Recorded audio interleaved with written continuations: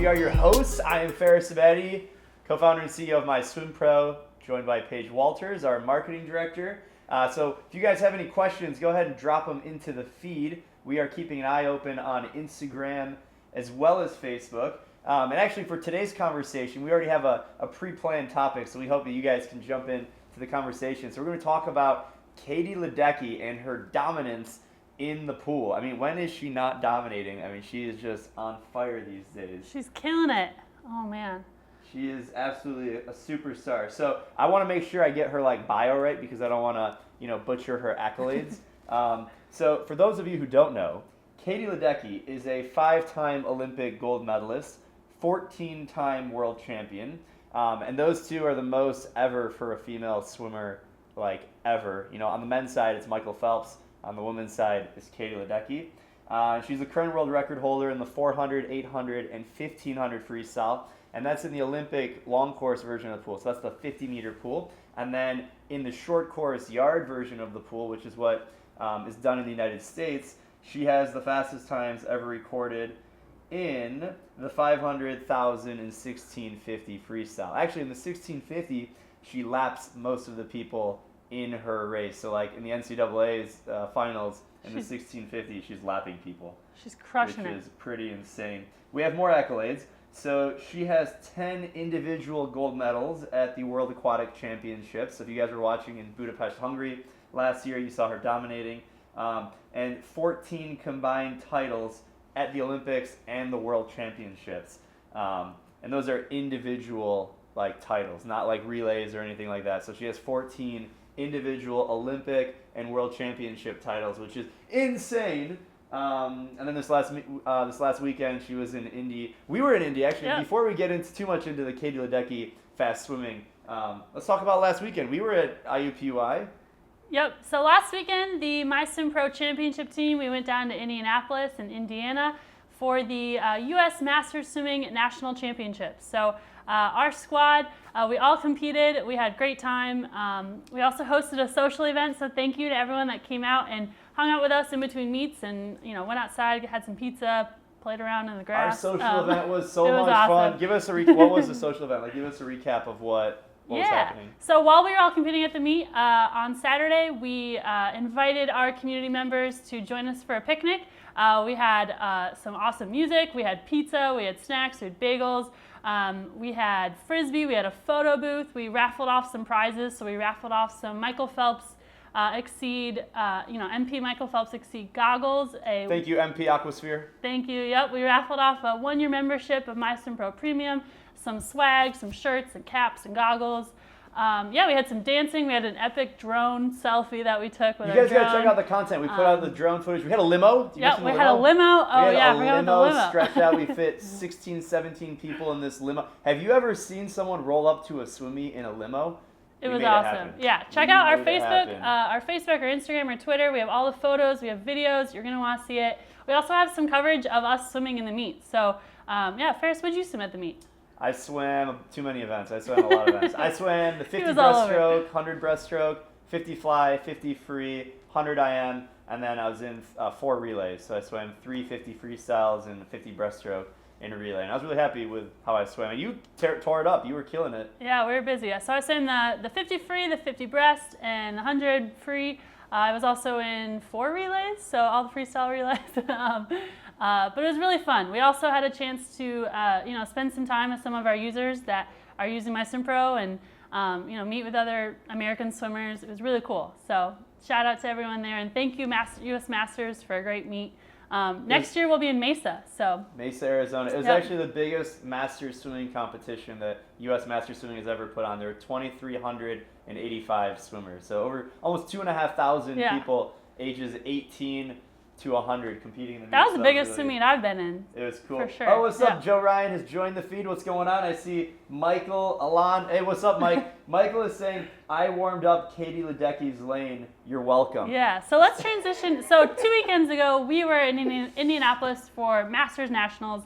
this last weekend, we're coming off of a huge weekend of, fast swimming amazing at swims. the Pro Series by USA Swimming. So let's hear a little bit more about, Katie Ledecky. So what did she do this weekend? Why is she, she's crushing literally, it? we were at IUPUI, and literally 4 days later, she breaks the world record in the 1500 freestyle, which to do a world record time in season is pretty insane. So she was Crazy. she was a 15:20 in the mile, and her previous world record was a 15:25.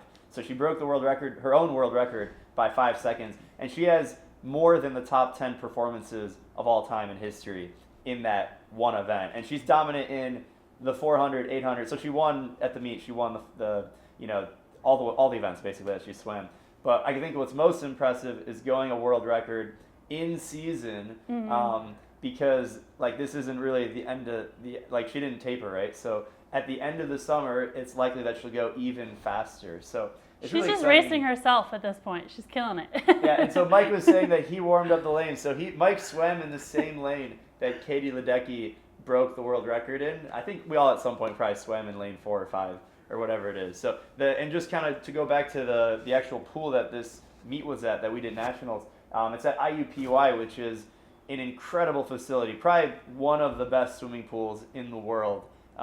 Definitely one of the best in the United States. And I think the reason why it's such an incredible facility is not just because of how big it is, but because of the history. Because the Olympic trials for the U.S., the selection meet for the Olympic team, was held there every 4 years up until 2000. So all the greatest swimmers in the history of USA Swimming competed at that pool and qualified for their Olympic team, including Michael Phelps. He made his first Olympic team in that pool in 2000. And the only reason that the Olympic trials are not held in that facility is because it's not big enough to fit all the spectators that the event now holds. So IUPUI in Indianapolis can fit 4,700 people. Yeah. And now there's like 15,000 people that go to the Olympic trials. So now it's in Omaha. They put a pool in a basketball stadium.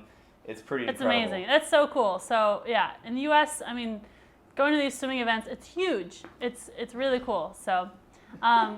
Mike is saying, I didn't swim fast enough. How do I do that? Mike, you too can swim as fast as Katie Ledecky if you focus. So let's talk about Katie Ledecky. She was at Stanford. This was kind of her first breakout meet. Do you want to kind of give us a background of why she's, what her transition's like? Yeah, so it gets more backstory on Katie Ledecky. So she's only, I think, 20 years old, 20 years old. So she finished 2 years at Stanford collegiately in the NCAA system for going accepting any money basically in the pro series, I guess, from any suit manufacturer or anything like that. And she now decided to go pro, and this was her first competition as a professional swimmer. And a lot of people wonder, why did she wait so long to go pro? She could have gone pro out of high school. I don't know 100%. I think some reasons are she wanted to get the collegiate swimming experience. She's really hot on fire right now, so it's not like she probably didn't feel like she was at risk of maybe not having a professional opportunity if she decided to go 2 years of college swimming. And I think now is probably the perfect time to go pro because we're 2 years out from the 2020 Olympics. And so someone at that level really gives themselves 18 to 24 months before that kind of a competition where they have a continuous training cycle. So we talked about on this show and our Whiteboard Wednesday series, how you build a seasonal training plan. So for an Olympic level athlete, it's like a 4-year training plan.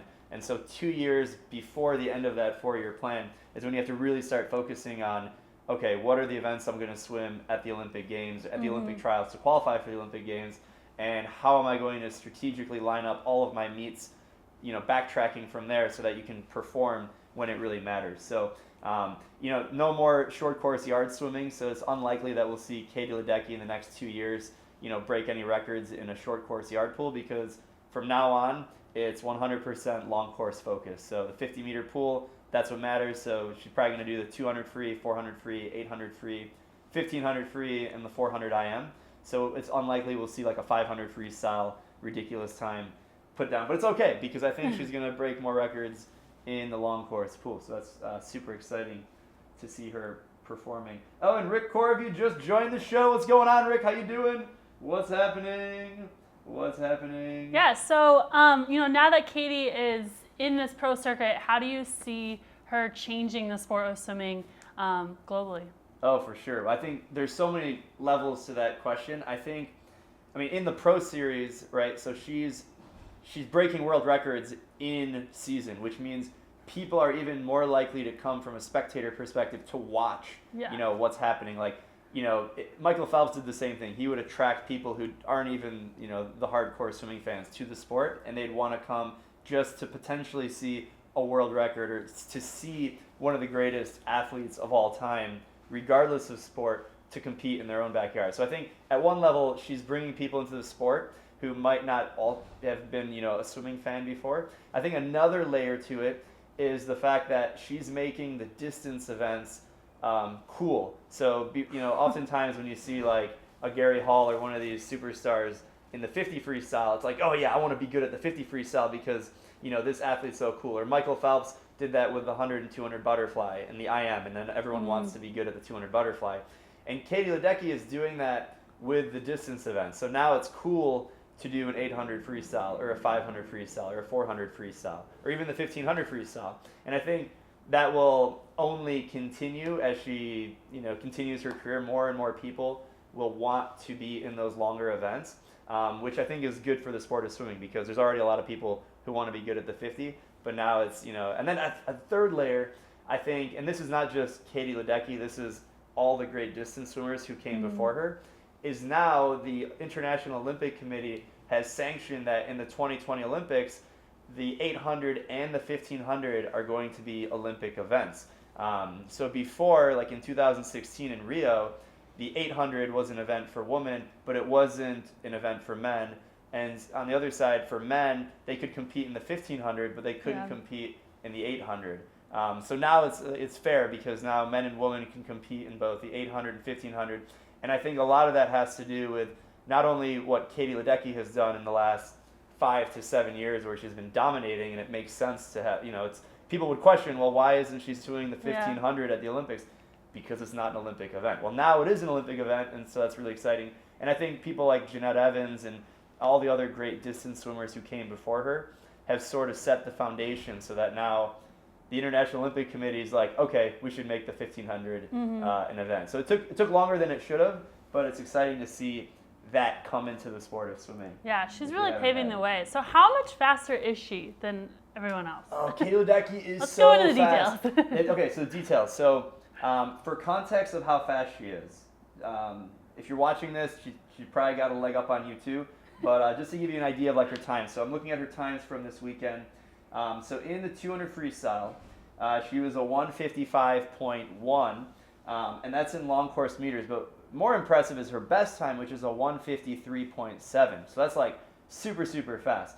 And then the longer the event, the bigger her margin of victory over anyone else. So if you go up to the 1500, she goes 15:20, which is the record she just set last weekend. The next fastest performer ever before Katie Ledecky was, I believe, Kate Ziegler. Yeah, Kate Ziegler, and she went a 15:42, and that was from 2007. So since Katie Ledecky came onto the scene, she's taken the mark from 15:42 to 15:20. So 22 seconds by one swimmer, right? And what's so amazing is that she wins by 2 to 3% in her race. That would be the equivalent of like if you're watching NASCAR, the winner winning by like 3 minutes, right? Like okay, they got to do a couple more laps and then they're gonna finish. So, I mean, she is body lengths upon body lengths ahead of anyone else. And Michael Phelps was dominant. He won a lot of gold medals. He would win by a body length or two. Katie Ledecky is winning by like 7 body lengths, and you can't even fit her in the same frame as anyone else. Yeah. So it's really astonishing to see someone winning by that much. I think there's only 3 other examples in swimming in the last 5 years that you could actually see that. One of them is Adam Peaty in breaststroke. I mean, he's a 57.1. The next fastest performer of all time is a 58.4. So like huge margin of victory. That's 4%. And Sarah Sjöström from Sweden, She probably has one of the fastest world records in the 50 fly, 24.4. She's winning by body lengths. And then Caleb Dressel now, especially in the short course yard version of swimming. I mean, 17.6. And then the next fastest person is 4.5% behind them. So pretty insane, the margin of victory that these athletes have. And Katie Ledecky has an even bigger margin on top of anyone else. So it's really fascinating. And when you see it in person, you get like more appreciation for just how dominant, she is as an athlete in the water. So it's pretty insane. Oh, that's so cool. So why is she so fast? What sets her apart? Whew. I think if I had the answer to that, then like everyone everyone would be fast. I think there's a few things that help her have dominance. So there's physical attributes and training that make her really fast, but then there's also like the mental side of it. I think the mental side is probably really underrated because at the top level, like everyone is training really hard. Like everyone's putting in the work. It's not like she's just putting in more work than everyone else. Yeah. I mean, maybe she is at some level, but at the end of the day, I think it comes down to like her mental ability. So that's not just in racing, but in training. So like the ability to maintain stroke mechanics under fatigue, she's probably doing that better than anyone else in the world. And I think you've seen this before in like Michael Phelps. It's why you can do so many different events and have a range of events. To be good at the 200, the 400, the 800, and the 1500. I mean, the 200 and 1500 are completely different events. One is an anaerobic sprint, and one is a distance event.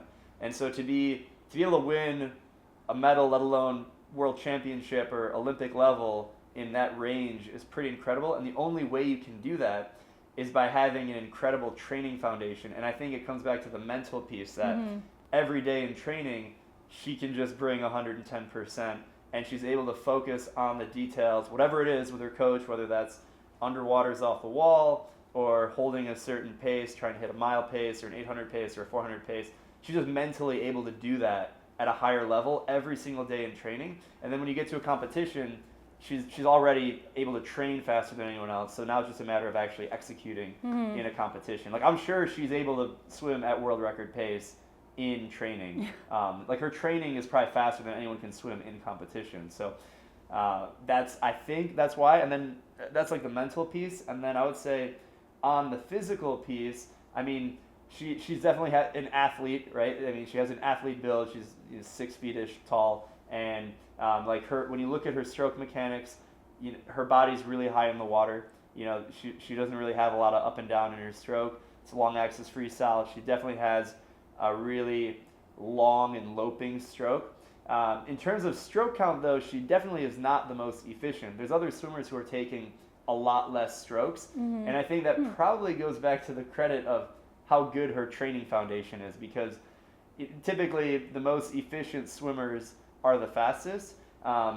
With her, that's actually not the case because she's not the most efficient when it comes to distance per stroke and like how much water she pulls. But the only way you can do that is because she's probably training at a higher level than anyone else. That's really the only way you could explain her stroke mechanics. It's not that they're bad, but there's other swimmers who are taking less strokes, generating more power per stroke. She's just able to put it together from a training perspective and then apply it into competition. So I don't think I have like an answer, but that's what I'm thinking about when I see the times that she goes. She certainly has that drive and something in her that takes her to that next level. So that's when you're at that level. I mean, everyone's training hard. There has to be something that is driving you within that's going to take you to the next level. So, well, speaking of practice, so how fast do you think she's swimming in practice? Yeah, I mean, the world wonders what she's capable of doing. Was she even tapered for this meet, really? I don't think so. Yeah. I think there was probably a little bit of rest to go like a 15-20.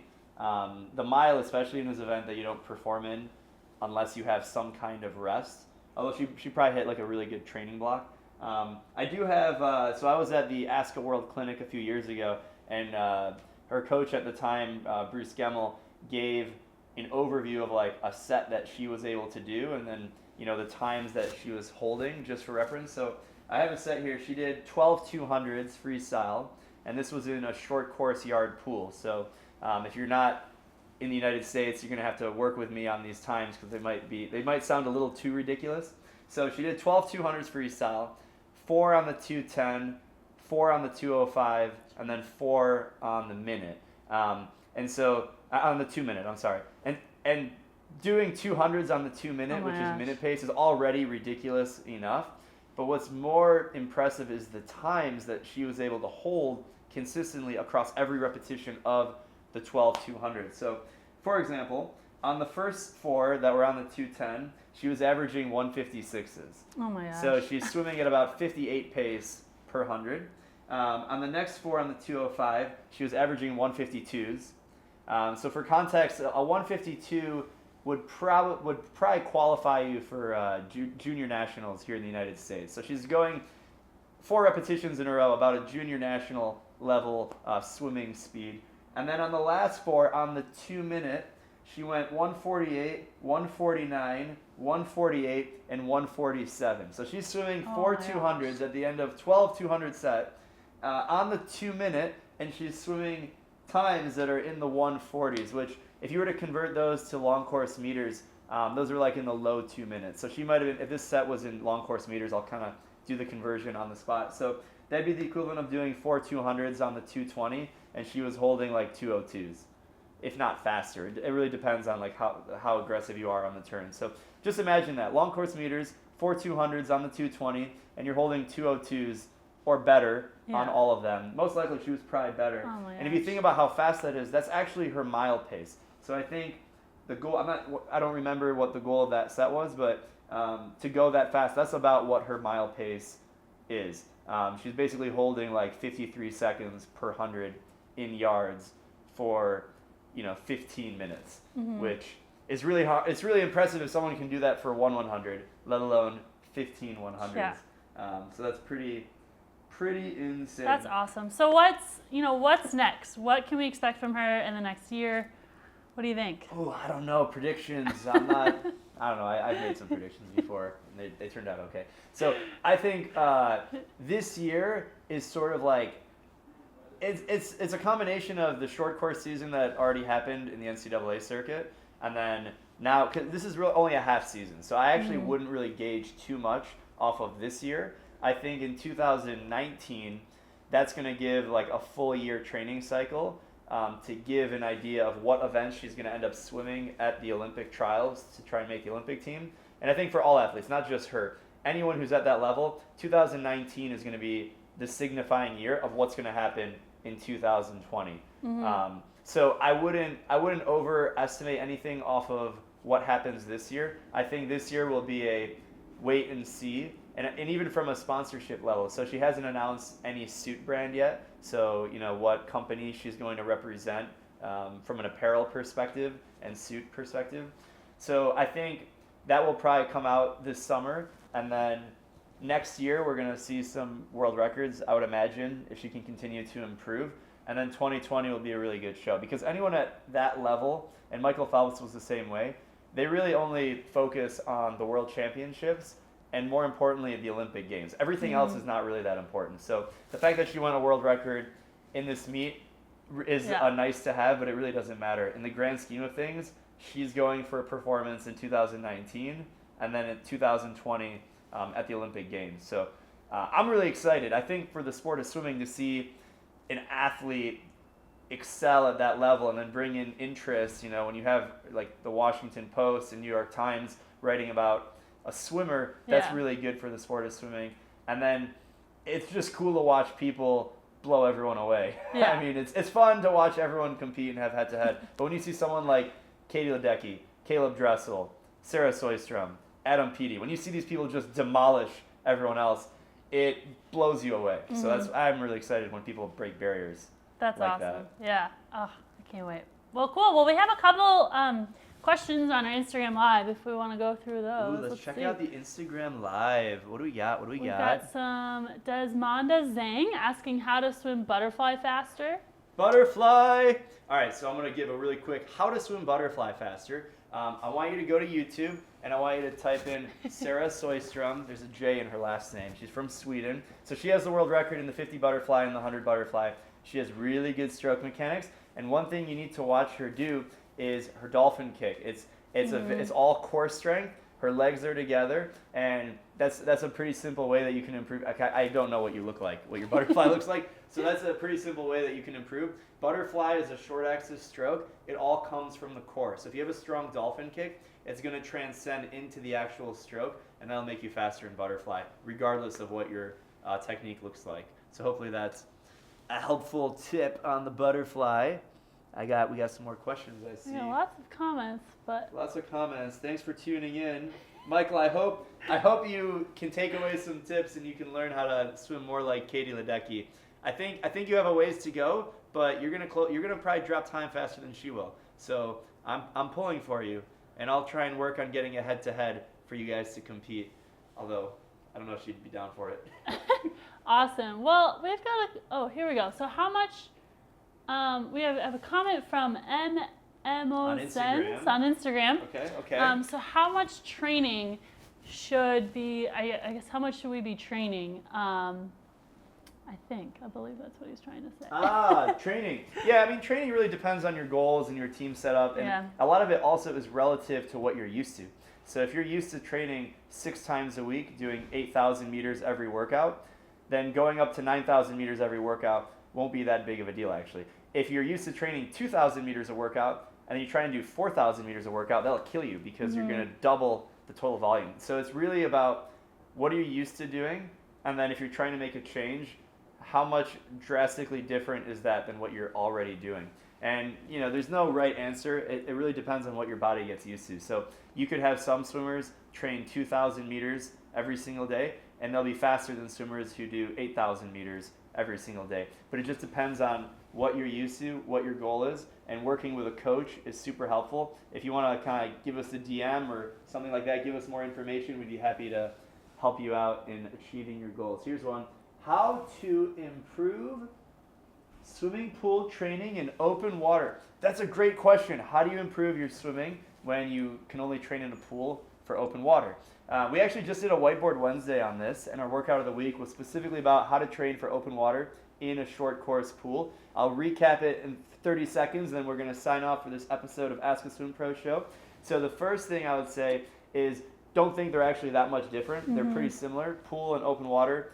Water is water. A big difference is going to be the air temperature, the water temperature, the fact that you can't actually see the bottom, you can't stop. Those are things you're going to have to mentally prepare for.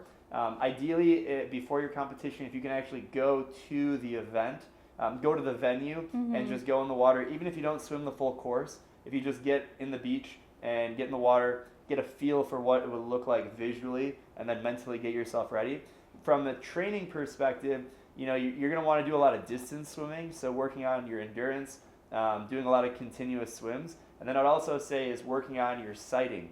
So that's when you spot to look at a buoy or where the other swimmers are in the course of an open water race. So the way you do that, and you check out the video, basically in your stroke, you lift up your head while you're swimming to spot, you get your breath, and then you go back into your stroke.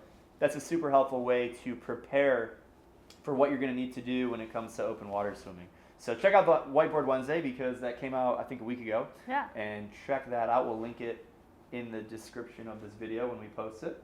But I think that's it for the Ask a Swim Pro show. Thanks for tuning in, guys. We'll see you next week. And leave a comment on our blog or our Facebook if you want to hear more about Katie Ledecky. If you made it this far, subscribe. I don't know where the button is, and hit the bell so you get a notification when we upload a new video. Until next time, that's Ask a Swim Pro show.